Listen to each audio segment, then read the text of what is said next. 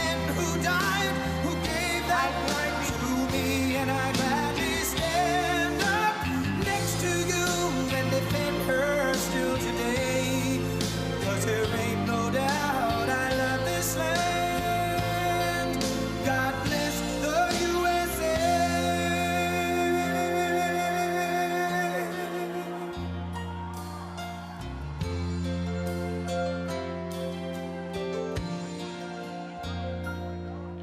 From the lakes of Minnesota to the hills of Tennessee, across the plains of Texas, from sea to shining sea, from Detroit down. Okay.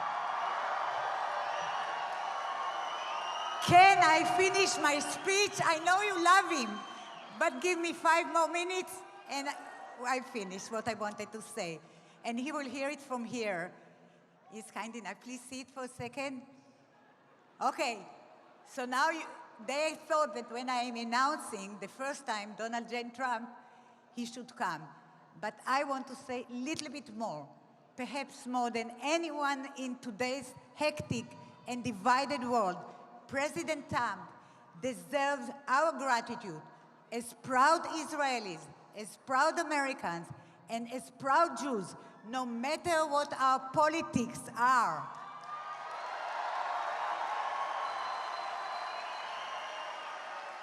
Where his predecessors promised, this president has delivered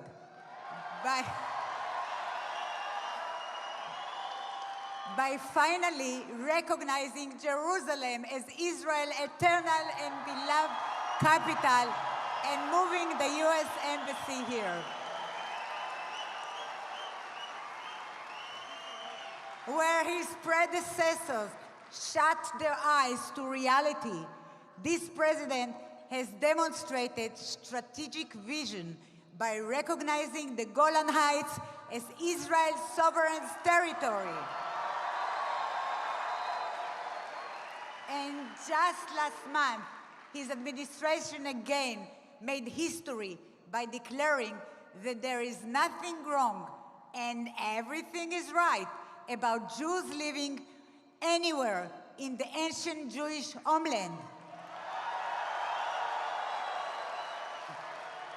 President Trump has shown global leadership in the face of evil by withdrawing from the disastrous nuclear deal with Iran and increasing sanctions against it.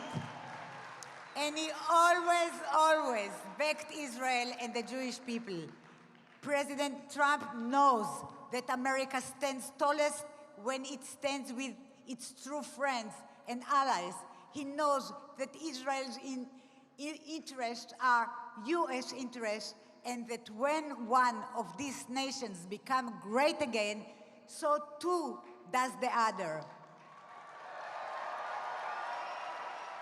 He knows that the red, white, and blue looks terrific flying alongside the blue and white. Star and stripes alongside the Star of David. We owe President Trump our sincere and heartfelt thanks, without apology or hesitation. That's what it means to have common cause and a shared destiny. Anyone who has been in Israel during a war knows that when the air siren sound, superficial differences between people immediately vanish. Religious or secular, Likud or Kahol Lavan, Israelis offer each other, total stranger, shelter in their homes or rides to safety in their cars. Our enemy weapon do not discriminate among Israelis, and our friends, our real friends, do not discriminate between right or wrong time to support Israel or right or wrong Israel government to engage with. We must embrace such friends, and the greatest of them is right here with us, President Trump.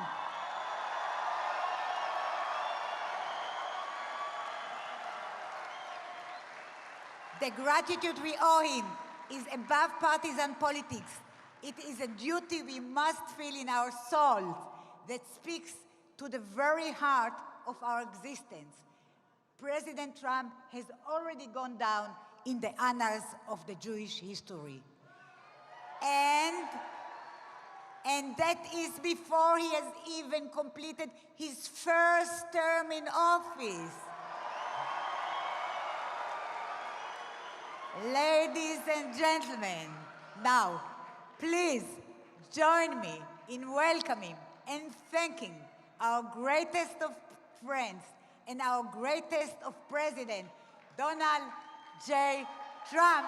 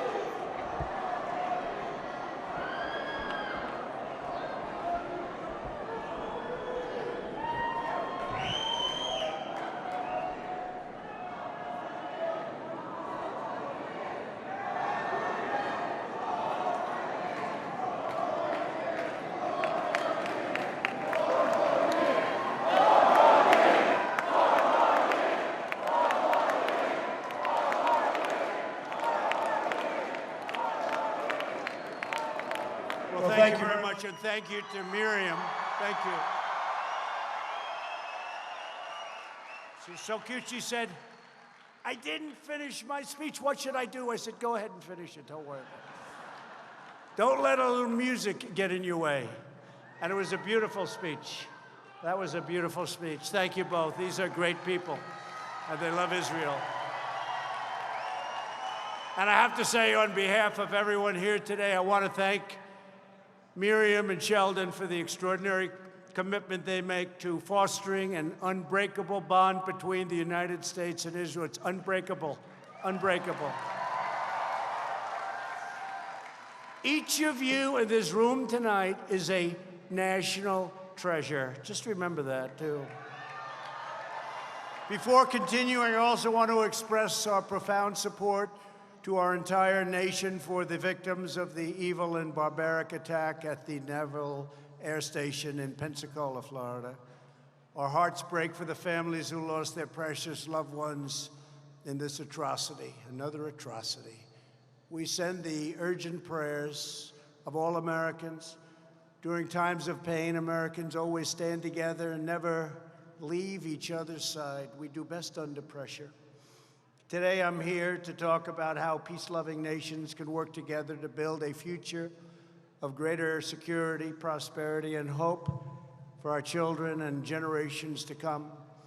I'd like to begin by saying how truly thrilled I am to become the President of the United States and to address the fastest-growing Jewish organization in the nation, the Israeli American Council. Thank you. Great job. Great job. Fastest growing in the nation. Wow, that's big stuff. But I know some of the people in this audience, many of you I know, and I'm not surprised to hear that. Thank you for the invitation to address you today, and congratulations to your outstanding Chief Executive Officer, Shoham Nicola. Shoham, thank you. As well as your leadership and all of those incredible people that work so hard. Nady Sadoff. Nady, where are you, Nady? Thank you very much. Great job. And Sean Evahayim. Thank you.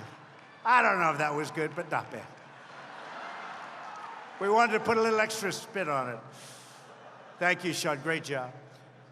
We're also grateful to be joined by a group of incredible people that are with you all the way. A friend of mine, a man who's done a fantastic job for this country, Secretary Ben Carson. Ben, where are you, Ben?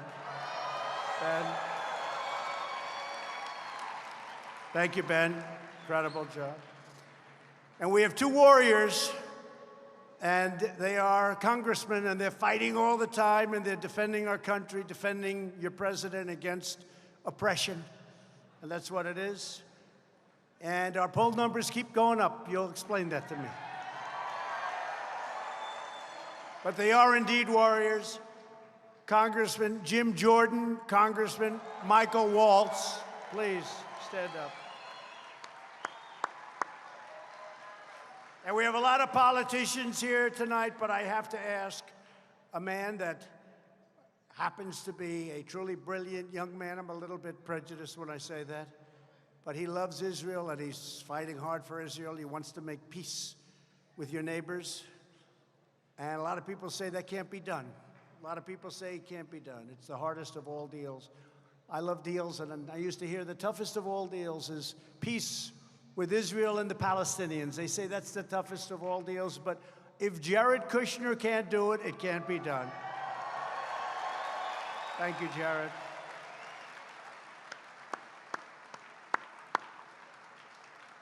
Thank you, Jared. Incredible job he's doing. He wants to see that, and he loves Israel, that I can tell you. We're delighted to have with us President Juan Orlando Hernandez of Honduras and the First Lady of Honduras. And I have to tell you, thank you, sir, that President Hernandez is working with the United States very closely. You know what's going on our southern border, and we're winning after years and years of losing. We're stopping drugs at a level that has never happened. Unfortunately, the drugs become worse. They become bigger quantities. You have no idea what's happening. They're being smuggled in from all parts of the world. But we've never had anything like it, and we're building a wall. Now we're up to almost 100 miles.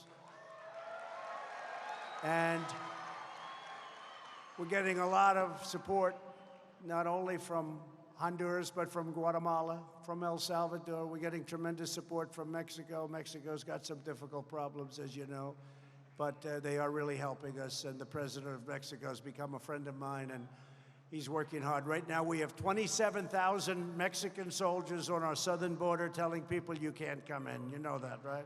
That's a good job they're doing. So thank you, and thank you, Mr. President, Madam. Thank you very much for coming.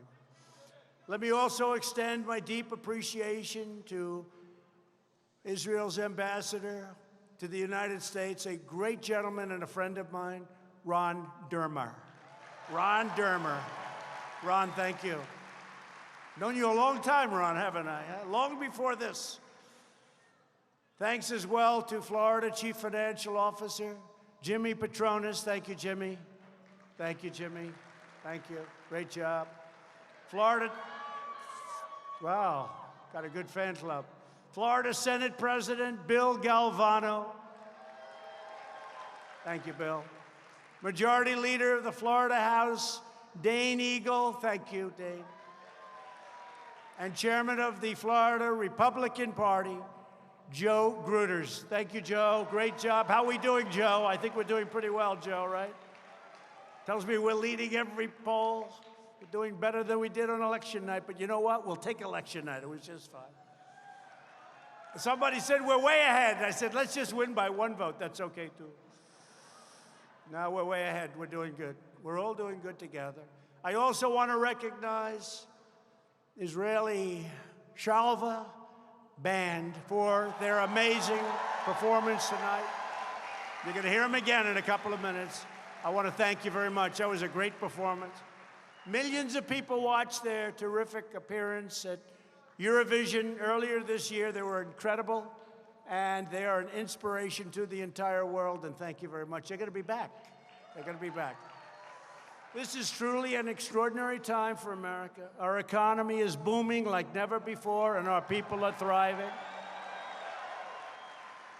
You saw what happened yesterday. It was announced that 266,000 jobs were added in November. And that shattered all expectations. They were thinking about 70,000. They were thinking about 90,000, which isn't so bad. 266,000. Plus, they corrected previous months, and you could add that to it. Plus, we created 50,000 manufacturing jobs. Remember the previous administration? You need a magic wand. Well, we're doing great with manufacturing. We're bringing manufacturing back. If you don't have manufacturing, what do you have? Not a lot of good things. But we're bringing manufacturing back. We've created 7 million new jobs since the election. And if I would have said that before, or if I would have said that during the campaign, the fake news media would have gone crazy. They would have said that's not possible. Nearly 160 million Americans are now working. That's the highest ever recorded in the history of our country. We've never had so many people work.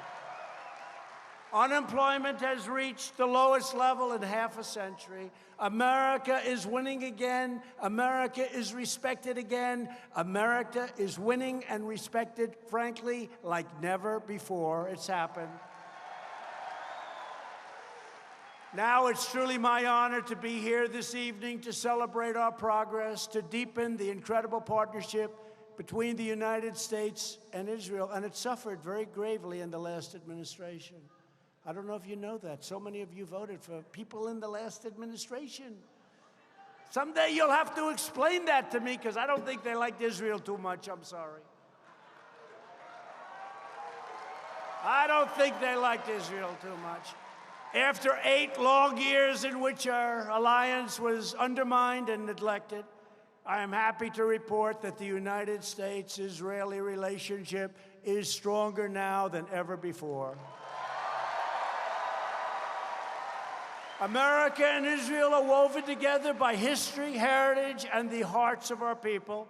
We share a love of freedom, democracy, religious liberty, the rule of law, and national sovereignty, and we share that. The story of Israel is a tale of triumph in the face of centuries of oppression and persecution. The Jewish people endured, persevered, and flourished beyond measure, building a thriving, proud, beautiful, and mighty nation in the Holy Land. The friendship between our countries is essential to achieving a more safe, just, and peaceful world. That is why every single day since I took the oath of office, I have stood firmly, strongly, and proudly with the people of Israel. You know that. The Jewish state has never had a better friend in the White House than your president, Donald J. Trump. That I can tell you. For over 20 years, every previous president promised to move the U.S. Embassy to Jerusalem, and they never acted, they never did it, they never had any intention of doing it, in my opinion. But unlike other politicians, I kept my promises. 2 years ago this week, I officially recognized Israel's true and eternal capital, and we opened the American Embassy in Jerusalem, finally.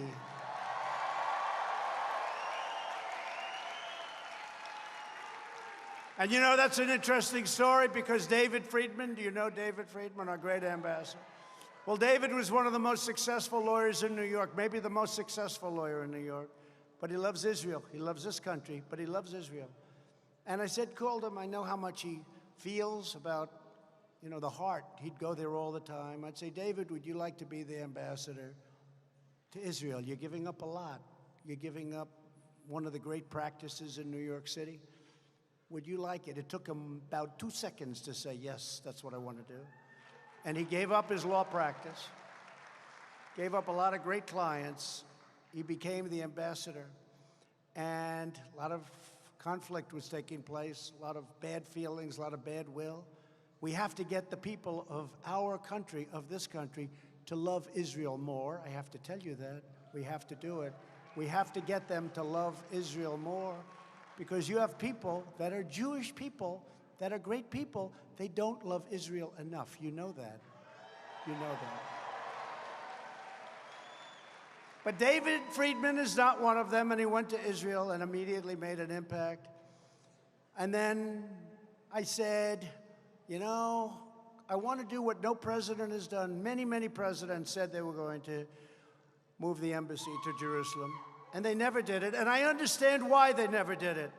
They never did it because when they thought I was going to do it, and when they heard that I was going to make an announcement in 2 weeks, I started getting calls from everyone. I got calls from presidents. I got calls from prime ministers. I got calls from kings and queens. I got calls from everyone. Don't do it. Don't do it, please. Don't do it. It will be terrible if you do it. It will be horrible if you do it. And I heard this from many people. And then the time came closer and closer. And I did something that was smart, because I learned then and there, for that 2-week period, I was inundated. I learned why other presidents, in all fairness to them, why they made the campaign promise, but why they never got it off. Because they were besieged by foreign leaders, the top, the biggest people in the world. Called them. You wouldn't believe how many. Some countries you never even heard of were calling. I said, what's that country all about? And about a week and a half out, I said, listen, tell these people I'm going to call them back. I'm so busy.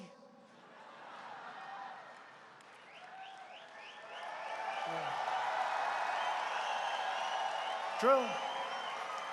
I said, tell them I'm going to call them back. I'll get to them as soon as I can. And 1 week went by, and then 3 days went by, and then I made the announcement at the White House that we're moving the embassy to Jerusalem, and that Jerusalem will be the capital of Israel. Finally, somebody said it, right?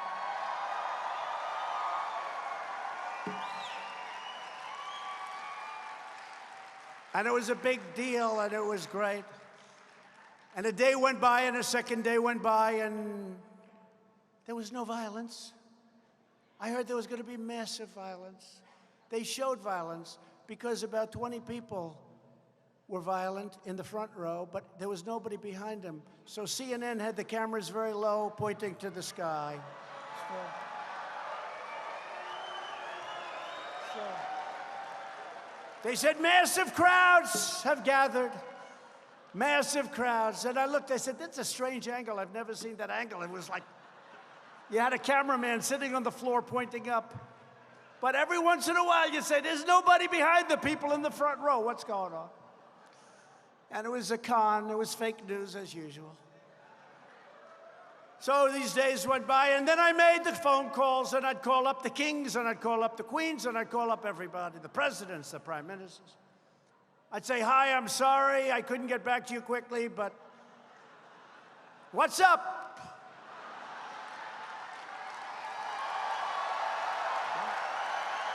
What's up?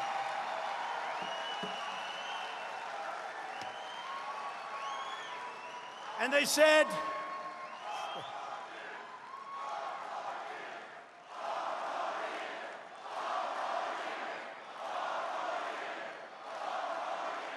thank you.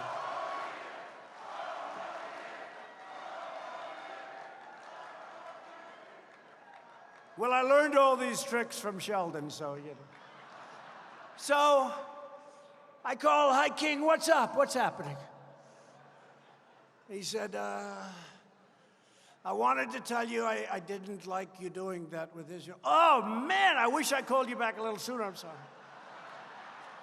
Call the president. What's up, President? I wanted to tell you not to do that, sir, but you've done it.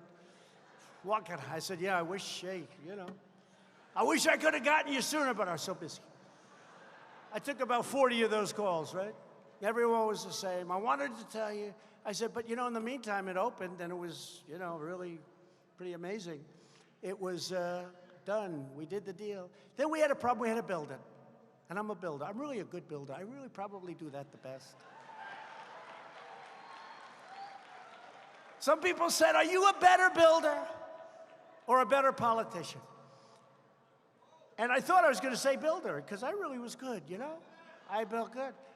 And then I said to myself, well, let's see, I was a good builder. I was very successful. I did a great job, not a build. But then I got into politics. And I only ran once, and I became president. So I guess I'm a better politician, right? I don't know. Maybe I'm a better politician. I don't know. Maybe I'm a better politician. I don't know. But I'm a good builder. So we now have the designation, and one of the generals, good general, came in front of me. Sir, would you please sign this order? And you know, in the United States, plenty of money, this is the most beautiful orders you've ever seen. You know, I'm used to signing just like a piece of paper. But now you have these gorgeous books that are solid leather, and everything's leather, leather, leather, beautiful. Everything's beautiful. These are like notes that don't even mean anything to me. I don't use them. Like, look at that. Isn't that beautiful? I'm used to getting a piece of paper. But this is the way they do. So they bring in this gorgeous folder, twice the size of that. I said, what is this? Sir, this is for the embassy in Israel. I said, well, we just announced it, so what is it for? We're looking for land, but this is a commitment to spend $2 billion. I said, $2 billion? It's like a one-story building, right? Sir, we're looking for land, and we have some locations that we think are very good, but it's very expensive in Jerusalem, sir. But we have the right to go up to $2 billion, sir. And I had the first name. I had Donald signed. Then I heard it was $2 billion for the embassy, and I stopped signing it. And I called David Friedman. I said, David, I need some help. I just approved an embassy. They want to spend $2 billion to build the embassy, and I know what that means. You're never going to get it built. It'll take years and years. I said, you know what's going on? Yeah, they're looking at terrible locations. There are no good locations. You know why? Because we had the best already. We were there first, right? We were there early with you. He said, you know, but could you give me 2 days, sir? I'd like to take a look and see. She calls me back 2 days later. So we're going to spend $2 billion. And one of them is going to buy a lousy location. A lot of you are in the real estate business because I know you very well. You're brutal killers. Not nice people at all, but you have to vote for them. You have no choice. You're not going to vote for Pocahontas, I can tell you that. You're not going to vote for the wealth tax. Yeah, let's take 100% of your wealth away. No, no. Even if you don't like me, some of you don't. Some of you I don't like at all, actually. And you're going to be my biggest supporters because you'll be out of business in about 15 minutes if they get it. So I don't have to spend a lot of time on that. But David calls me back and he goes, sir, he always used to call me Donald. Now he can't help but call me President. I said, David, call me Donald. Yes, yes, Mr. President. I can't do it, sir. That's respect for the office, right? Maybe it's respect for me, but I've known him a long time. He goes, Mr. President, I don't feel, I have many friends like that. Richard Lefrak, Steve Roth, Steve Wynn. He calls me Mr. President. He always called me Donald. And they always return my call immediately upon the call being made. They used to take a day, a half a day. Now I call back. Give me Steve Wynn, please. He's on the phone. They're great people. But David calls you, Mr. President, I have good news. What's the good news? Tell me, I need some good news. I got people trying to impeach me. Don't forget, this has been going on for 3 years. This is before, I think maybe before I started coming down on the escalator with that beautiful First Lady. Is she an incredible First Lady?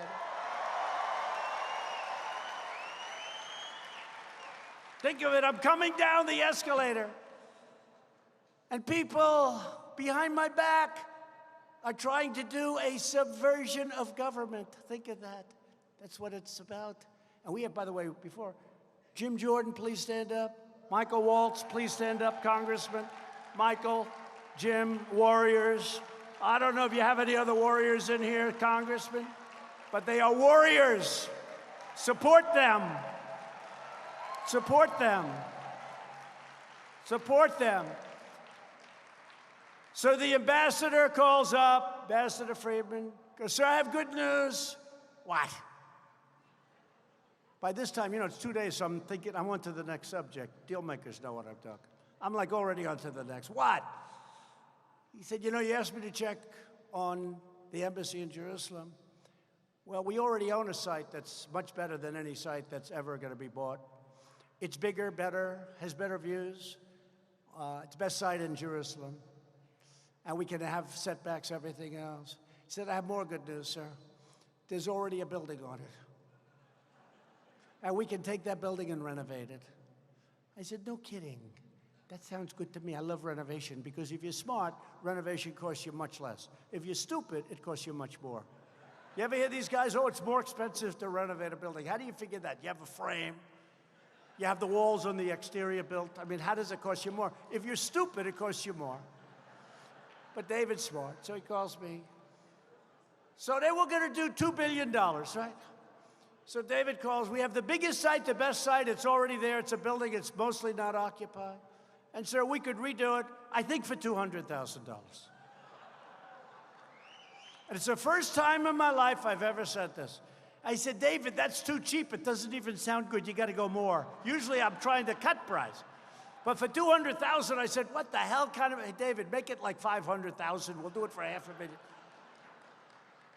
And then I have a friend, Ron Barron, nice guy. You know Ron Barron, wealthy guy.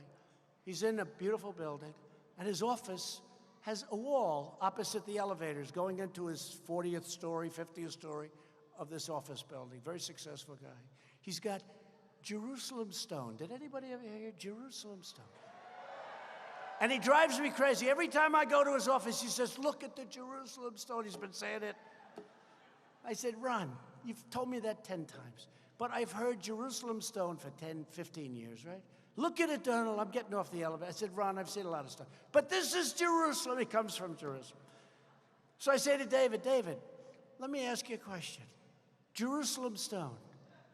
Let's do the whole damn building in Jerusalem stone. You got so much Jerusalem stone?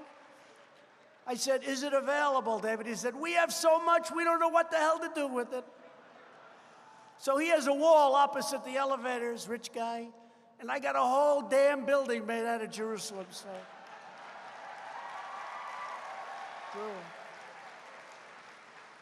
So the end of the story is this. I say, David, let's go. He calls me up in 3 months. He said, sir, the building's just about done. I said, good, how much? Less than $500,000. It's all Jerusalem stone. We have an opening. Now, but think of this, right? So we're going to spend $2 billion. It wouldn't be built, Sheldon, for 10 years, 50. Don't forget, at some point, whether it's 5 years from now, 9 years from now, 13 years from now, I'm doing this to drive the media crazy. Because a lot of them say, you know he's not leaving, don't you? One of these characters, these people are so stupid, one of them said, you know he's going to win, don't you? And you know, at the end of his second term, you know he's not leaving. He's not leaving. You know that. And I thought, he's a comedian. I thought he was kidding. He's for real. So now we have to start thinking about that because it's not a bad idea.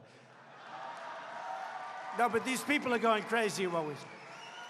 When they all scream 4 more years, I always say, make it 12 years and you'll drive them crazy. 12 more years. But if I don't get the building built, it's never going to get built because you're going to have some guy like Obama or Crooked Hillary. By the way, could you imagine Crooked Hillary Clinton telling, I'm telling you a story, what happened, right? We're going to spend billions to build this embassy, and we built it for less than $500,000 in a better location that we already own. We were there a long time ago, had it a long time. Could you imagine her saying, let's see if we can build it for $493,000 instead of $2 billion? Okay. Number one, it would have never been designated. It wouldn't have happened. So she wouldn't have to worry about building it because it would have never happened. But I am honored to say that we went there, we cut the ribbon, the building is totally gorgeous. Maybe someday you'll build a new one. I wouldn't advise it. I'd say fix it up and do a job. But you've got a beautiful embassy. It's in Jerusalem, and you have something that you've always wanted. It was a great, great day. And to support Israel's security, I've also recognized Israeli sovereignty over the Golan Heights. And that was another thing that was going to take, every president said that also, not with the same aptitude and not with the same strength of what they were saying about Jerusalem and the capital, but they were all talking about Golan Heights. It's been worked on for exactly 52 years. People would have summits over the Golan Heights. They'd fly in, they'd stay for 2 days, they'd negotiate, leaders of countries. For 52 years they'd do this. They'd have summits every 2-3 years, talk about the Golan Heights. I said to David, tell me about the Golan Heights in 30 seconds or less. He said, it's high, it's important, it's sovereign, it's security. I said, what do you think, David? He said, I think you could do it. I can't believe you're even asking me this question. Where did you come up with this idea? I said, I've been hearing about it for years. 52 years, and I get bing, and we did it. It was done. It was done.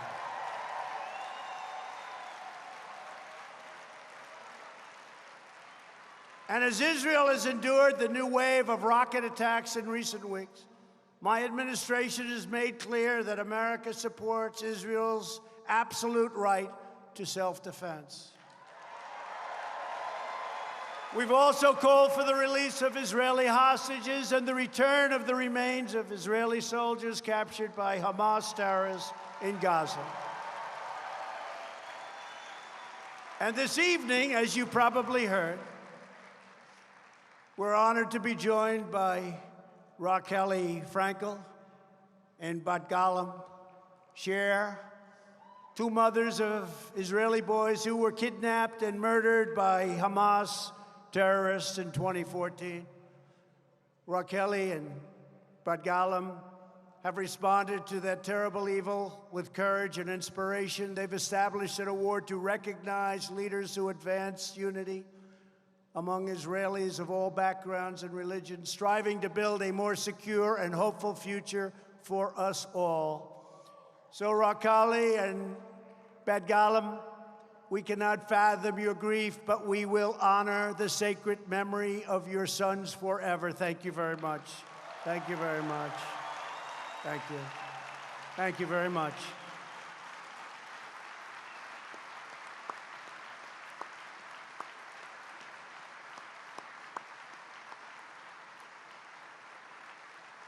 Thank you very much.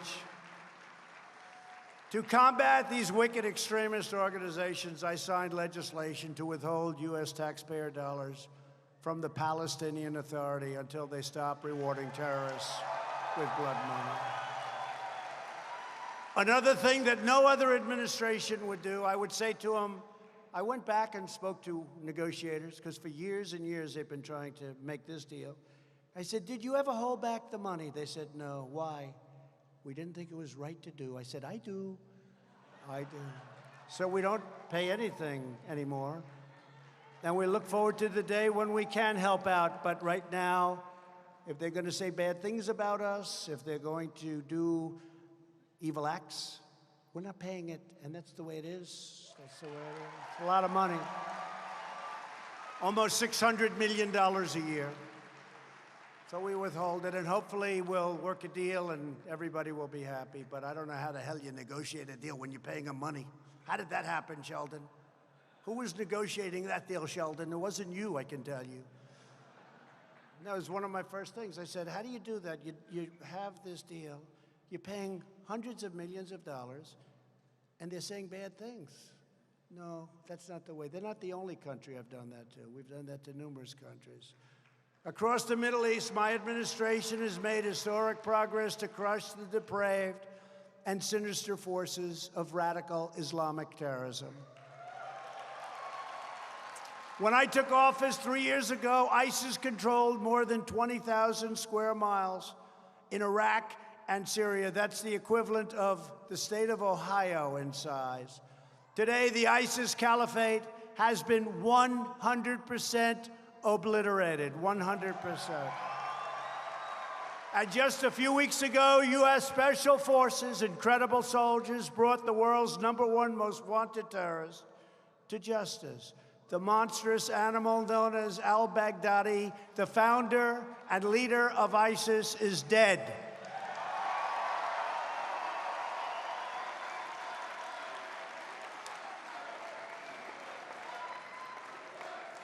Never again will this savage killer hurt another man, woman, or child. You saw the men in the orange jumpsuits with somebody behind them, a savage with a knife, and they chopped off the head. That was al-Baghdadi. That was al-Baghdadi's people, and a lot of people died that way, and they died a lot of other ways too. And he died a rough way. And these soldiers, 68 of them, they jumped off those helicopters, and I watched it.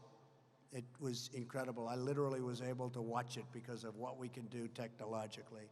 I watched it, and it was an incredible sight. They jumped off long before those helicopters were anywhere near to the ground. Michael would understand that very much because he was a great soldier. But they jumped off those helicopters, and they charged that house, and the enemy didn't have any idea what the hell hit them. It was incredible, actually, to see. Incredible. Our message to the bloodthirsty terrorist is clear.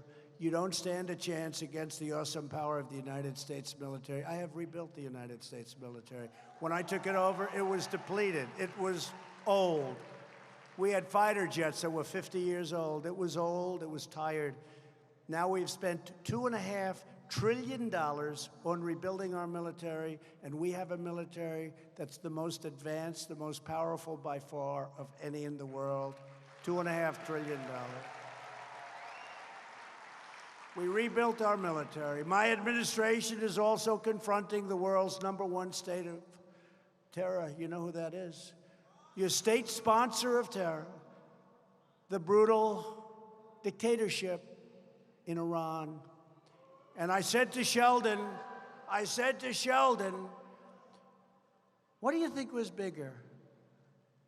Israel, and if you look, what was the bigger thing? Israel and the embassy going in, and it became Jerusalem, the capital of Israel, or the Golan Heights? He said, neither. I said, what do you mean, neither, Sheldon? He said, the biggest thing you did for Israel was breaking up and terminating the horrible, one-sided, catastrophic deal that was made by President Obama.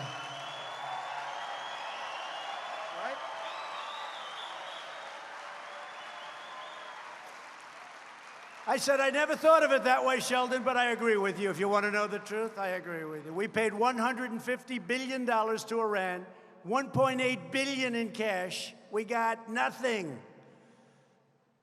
But that's a different country today. That doesn't mean they're going to come out and hit, and they might not. But they have riots all over their country. They don't have money. We put sanctions on them, the strongest sanctions ever imposed on a country. And let's see what happens. Their GDP went down 25% this year. 25. Nobody's ever even heard of that. So we'll see. And you know what? Can never give them a nuclear weapon. We can never do that. We can never do that. But maybe we'll be able to make a deal. The regime funds violence and chaos and mayhem throughout the region, but the greatest victims are its own people. In recent weeks, we've seen the Iranian people rising up to reclaim the noble destiny of their nation. In response, the dictatorship has killed hundreds and hundreds and probably thousands of those people. Probably thousands. You know, they turned off the internet. There's no internet. There's no form of communication. I believe thousands of people have been killed. Thousands and thousands of people have been arrested. America will always stand with the Iranian people in their righteous struggle for freedom.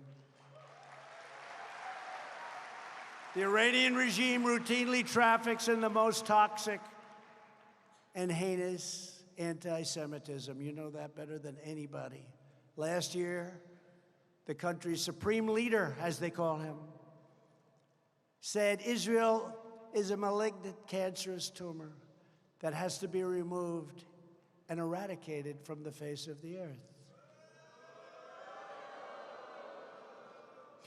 We must never allow a regime that chants death to America or death to Israel to obtain a nuclear weapon. That's all we can say.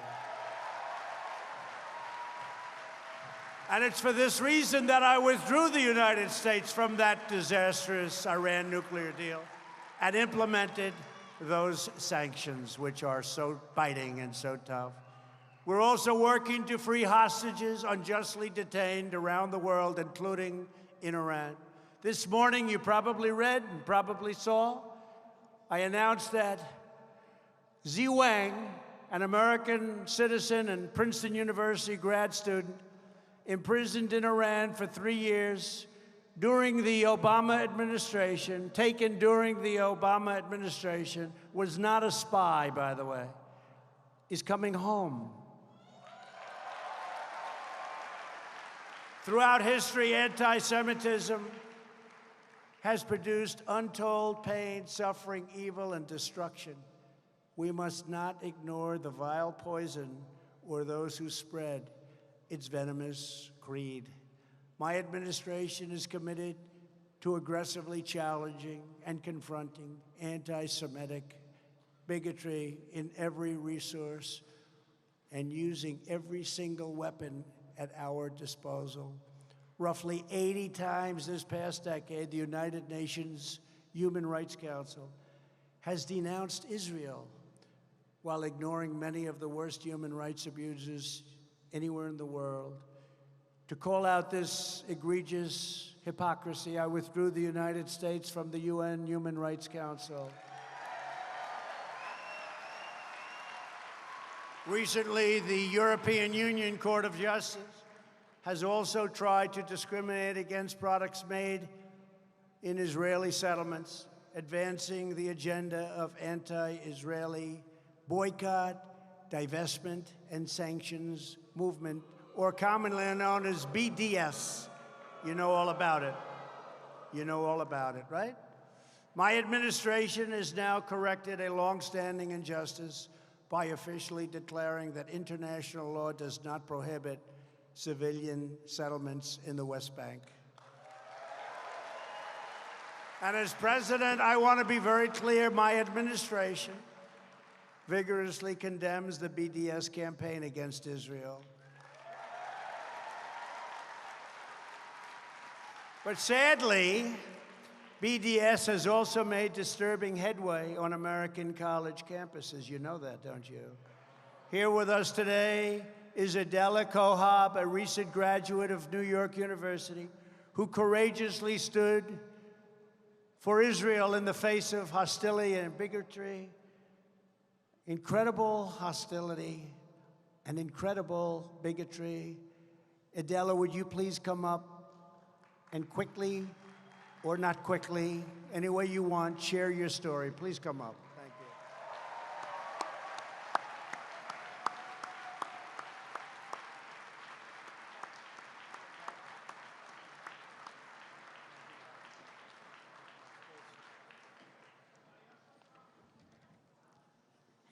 Thank you. My name is Adela Kohab, and 6 months ago, I took legal action against NYU, only 2 weeks before graduation.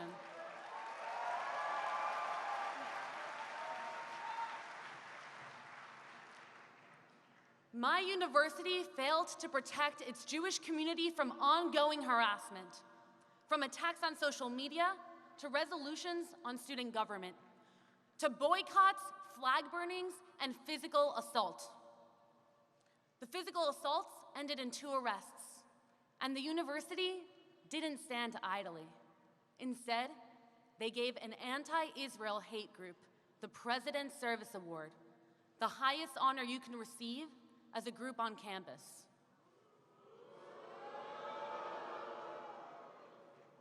I was notified my case was accepted by the Department of Education, and an investigation has been launched against NYU for failure to protect its community.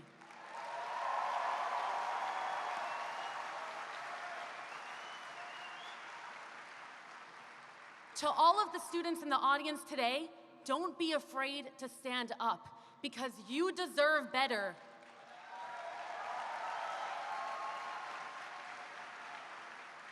And as an immigrant myself from Mexico City, I am extremely thankful to live in a country where the Office of Civil Rights takes the concerns of Jewish students seriously.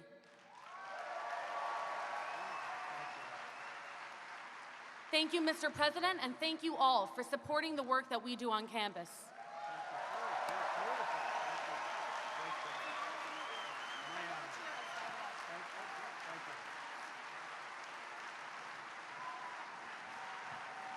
Thank you, Adela. Thank you very much, Adela. Shockingly, a number of far-left members of Congress have also recently joined the international effort to bully, attack, and denigrate Israel. And it's incredible what's been happening with your Congress. 10 years ago, it was unthinkable. 6 years ago, it was pretty unthinkable. And now to see what's going on and to watch Nancy Pelosi and these people be pushed around is unbelievable. Earlier this year, a number of prominent Democrat lawmakers sponsored legislation to support the BDS movement. You know that, right? Outrageously, the resolution compared boycotting Israel to boycotting Nazi Germany, a grave insult to the memory of the 6 million Jews who were murdered in the Holocaust. You remember that, don't you, where this was just put before Congress. This is different. This is different than what it was. This couldn't have happened 10 years ago. Couldn't have happened 20 years ago. It would have been impossible. 10 years ago, it would have been impossible. You've got to be very careful. Make no mistake.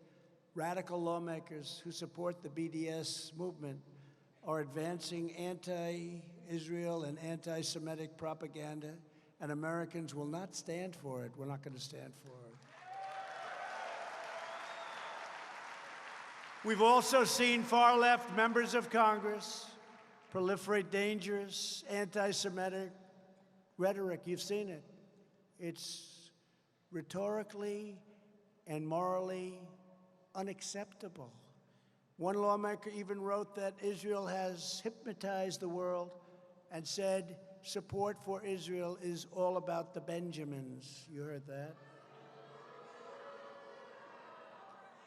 And I'll be honest, that's one of the nicer statements. Far worse, she said far worse than that, and so did others in Congress. My administration strongly opposes this despicable rhetoric, and as long as you're, and I am standing before you, as long as I'm your president, it makes no difference. It's not happening, okay? It stops at my desk. I said in my State of the Union address last year, with one voice, we must confront this hatred anywhere and everywhere that it occurs. We're grateful to be joined tonight by our new special envoy to monitor and combat anti-Semitism, Elan Carr. Elan, please come up and say a few words. Elan, please.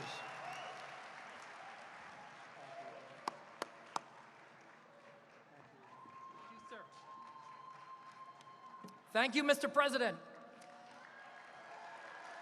And thank you for making the fight against anti-Semitism what you always call the vile poison of anti-Semitism. That's exactly what it is. Thank you for making this fight a top priority for our country.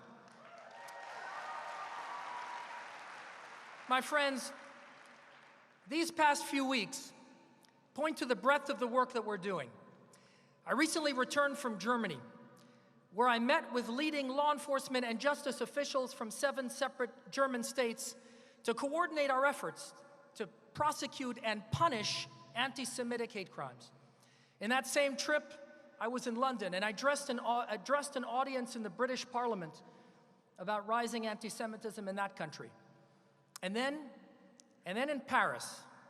In Paris, we worked together with parliamentarians to advance a bill to adopt the formal International Holocaust Remembrance Alliance definition of anti-Semitism, and I want to thank the French National Assembly for passing that by a 2/3 margin. And during those same weeks, I was on interagency phone calls and conferences with Washington to address the appalling anti-Semitism rising on college campuses, as we just heard, across America and across the world. These are only the most recent examples of the multi-front battle we're waging.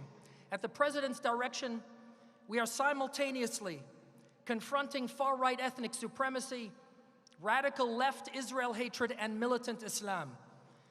And with the Trump administration's continued leadership, I'm hopeful that we will roll back this rise in anti-Semitism, both here at home and abroad. Thank you all for your partnership in this vital work. Thank you, Mr. President, for everything you are doing to fight anti-Semitism, to protect the Jewish people throughout the world, and to support the State of Israel. We are in your debt. Thank you so much.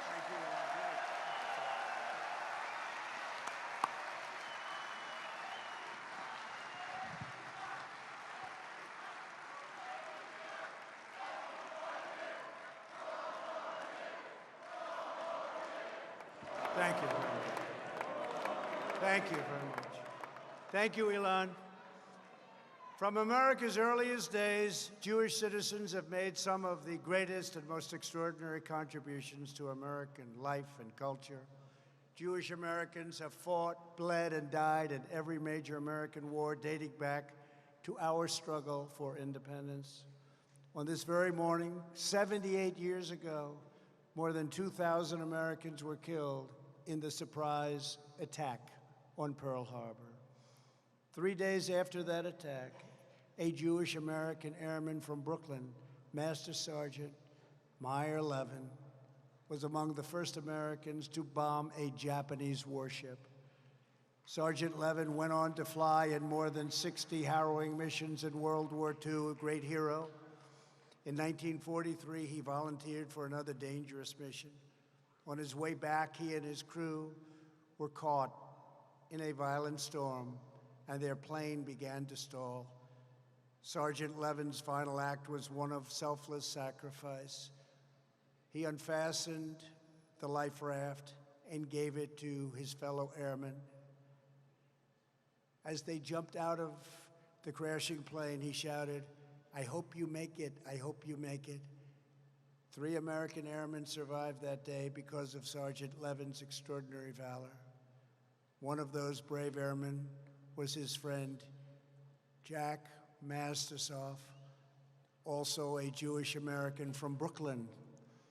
Jack went on to complete another 43 missions in World War II. After the war, he came home, got married, and soon he had 2 sons. One of them is Alan Mastersoff, a veteran of the Army Reserves who spent 17 years as a police officer. Alan would not have been born without Sergeant Levin's bravery, and Alan joins us here tonight. And Alan, I will tell you, your presence this evening testifies to the love and the strength of a great American hero. And thank you very much for being here. Thank you very much.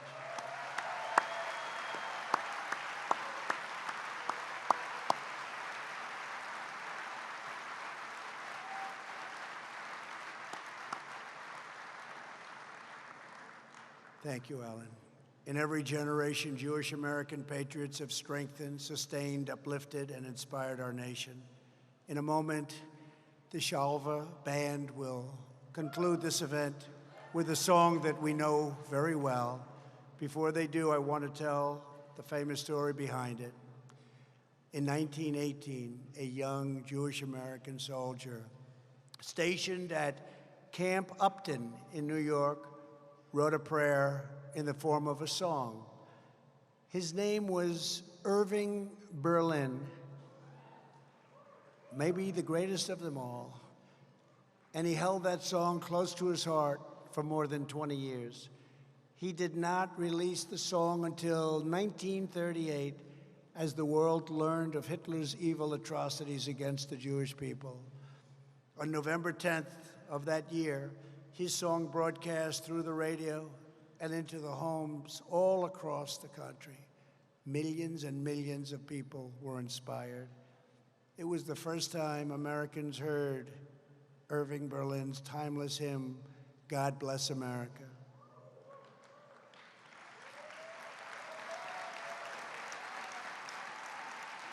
These words became the prayer of our nation, the prayer that traveled to the islands of the Pacific, to the beaches of Normandy, and all the way to Nazi territory where American soldiers opened the gates of concentration camps and liberated Jewish survivors. It's the prayer that Americans sang as we faced down communism and as we came together as one nation after 9/11.